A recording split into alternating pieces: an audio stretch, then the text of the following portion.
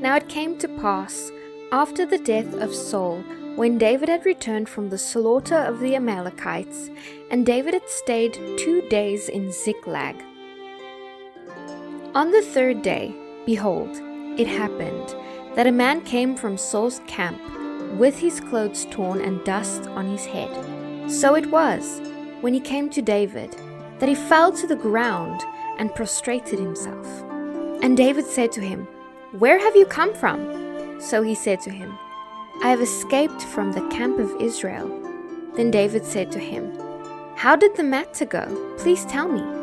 And he answered, "The people have fled from the battle. Many of them are fallen, and some dead.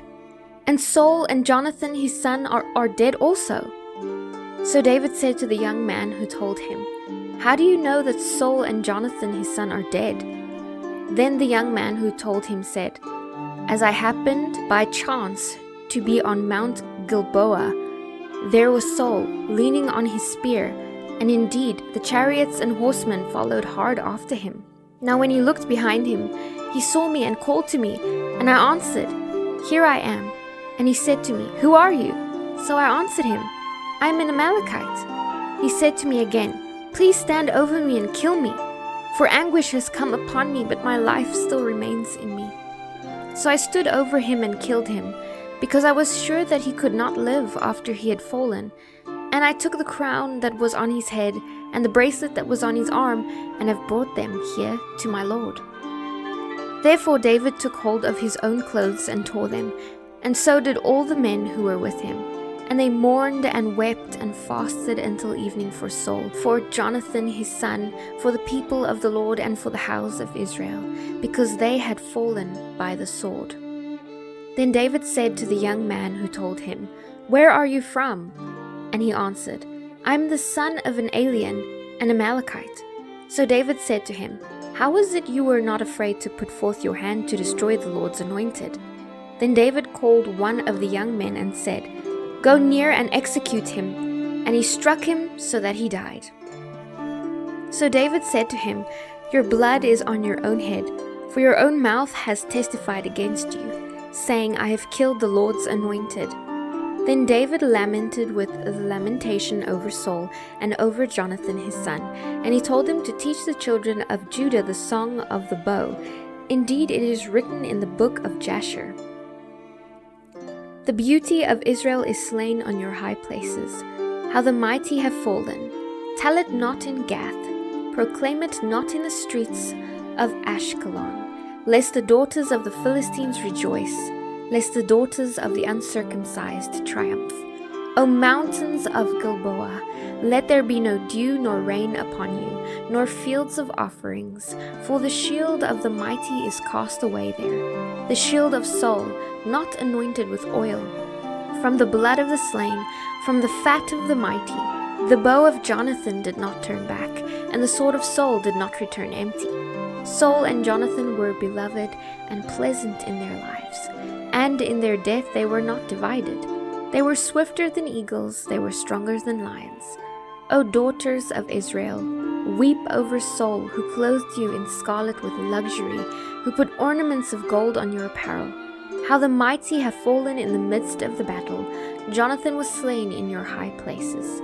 I am distressed for you, my brother Jonathan. You have been very pleasant to me. Your love to me was wonderful, surpassing the love of woman.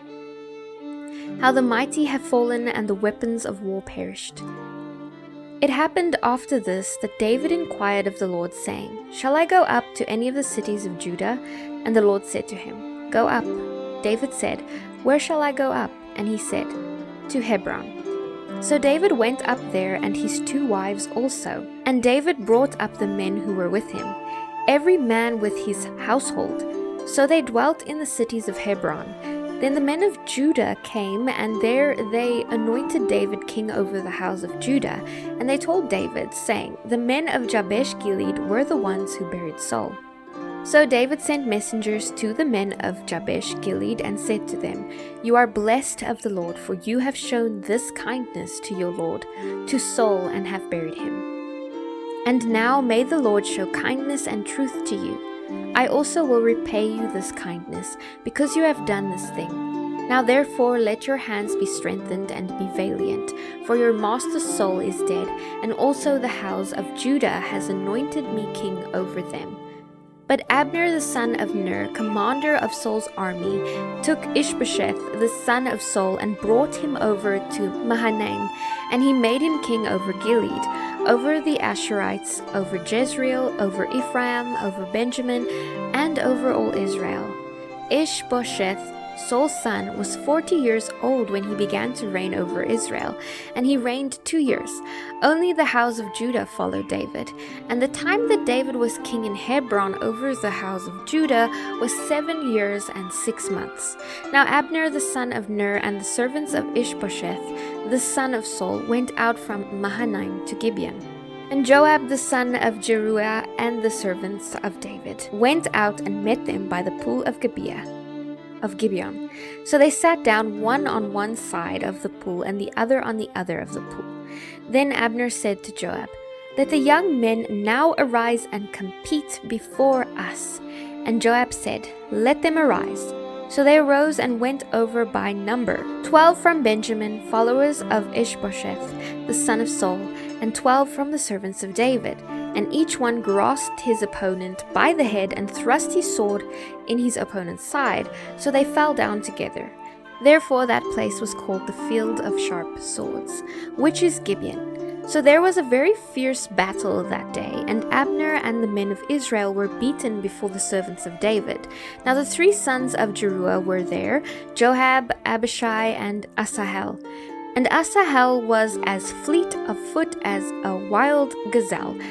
As Asahel pursued Abner, and in going he did not turn to the right hand or to the left from following Abner. Then Abner looked behind him and said, "Are you Asahel?" And he answered, "I am." And Abner said to him, "Turn aside to your right hand or to your left, and lay hold on one of the young men, and take his armor for yourself." But Asahel would not turn aside from following him. So Abner said again to Asahel, "Turn aside from following me. Why should I strike you to the ground? How then could I face your brother Joab?" However, he refused to turn aside. Therefore Abner struck him in the stomach with the blunt end of the spear, so that the spear came out of his back. He fell down there and died on the spot. So it was that as many as came to the place where Asahel fell down and died stood still. Joab and Abishai also pursued Abner, and the sun was going down when they came to the hill of Ammah, which is before Giah, by the road to the wilderness of Gibeon.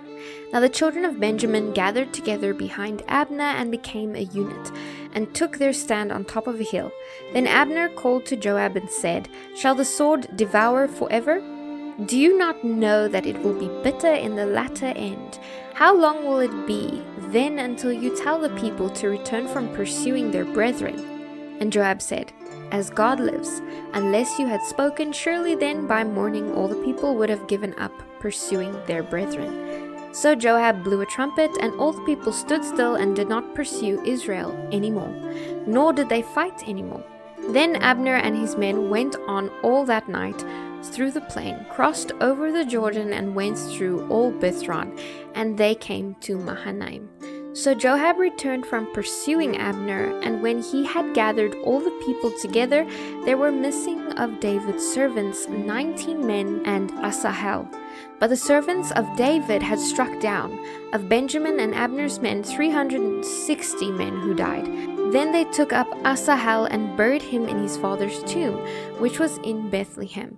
And Joab and his men went all night, and they came to Hebron at daybreak.